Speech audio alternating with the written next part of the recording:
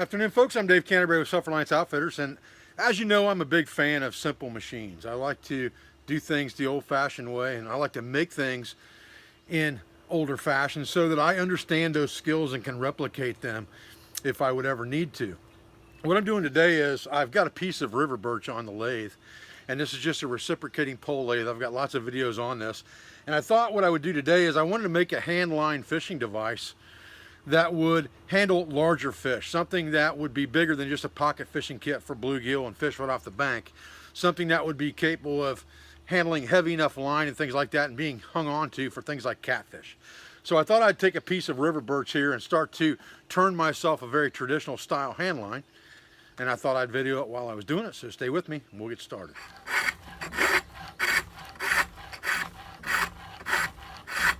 You know, one of the things that I really like about this pole lathe is that I can use the same tools that I use in these larger socket chisels that I use in my wood crafting kit, the things that I would use for making bowls and concavities like troughs.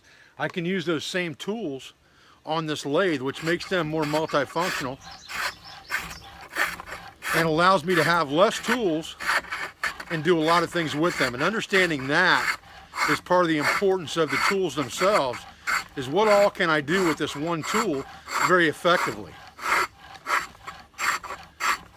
And this simple machine is very, very effective at turning wood, especially in the round.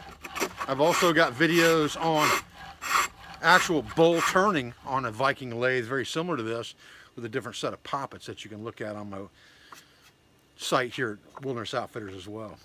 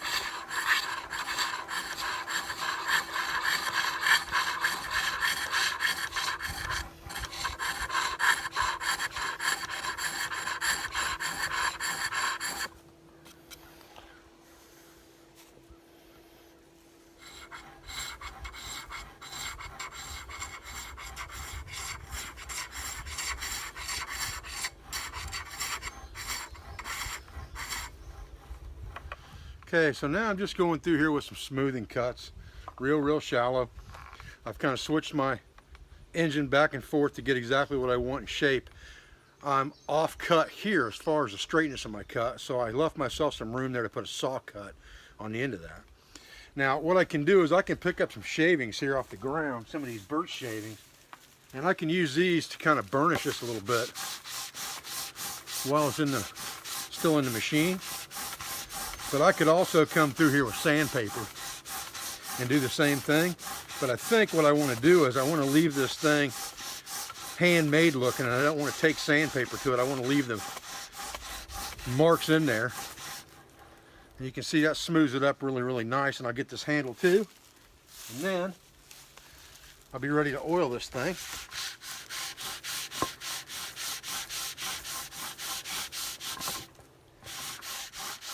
All right, we pretty much got what we want now here. We got a nice little palm swell right here for a grip, a nice reel area here to wind the line around. We can cast off of it and reel into it. We got a really good sure grip, and this thing is not going to break. So we're going to take some mineral oil here and just saturate a rag really good. Get this thing oiled up really, really well until it quits taking in oil. Let it dry outside for a little while. Whenever you're working with green wood, that's an important thing to realize, is that you really need to let that thing dry outside for a little while. It has a tendency to crack if you take it into a controlled environment like your house. It'll have a tendency to crack on you. So leave it outside. I oil some of this stuff up right away. Things off the lathe and things like that, I oil up right away. Kooks, spoons, things like that, I let them dry for a little while before I oil them. But I always let them dry outside where the humidity is not controlled like it is inside your house if you've got AC. But that's going to be one dandy fine hand line fishing reel right there.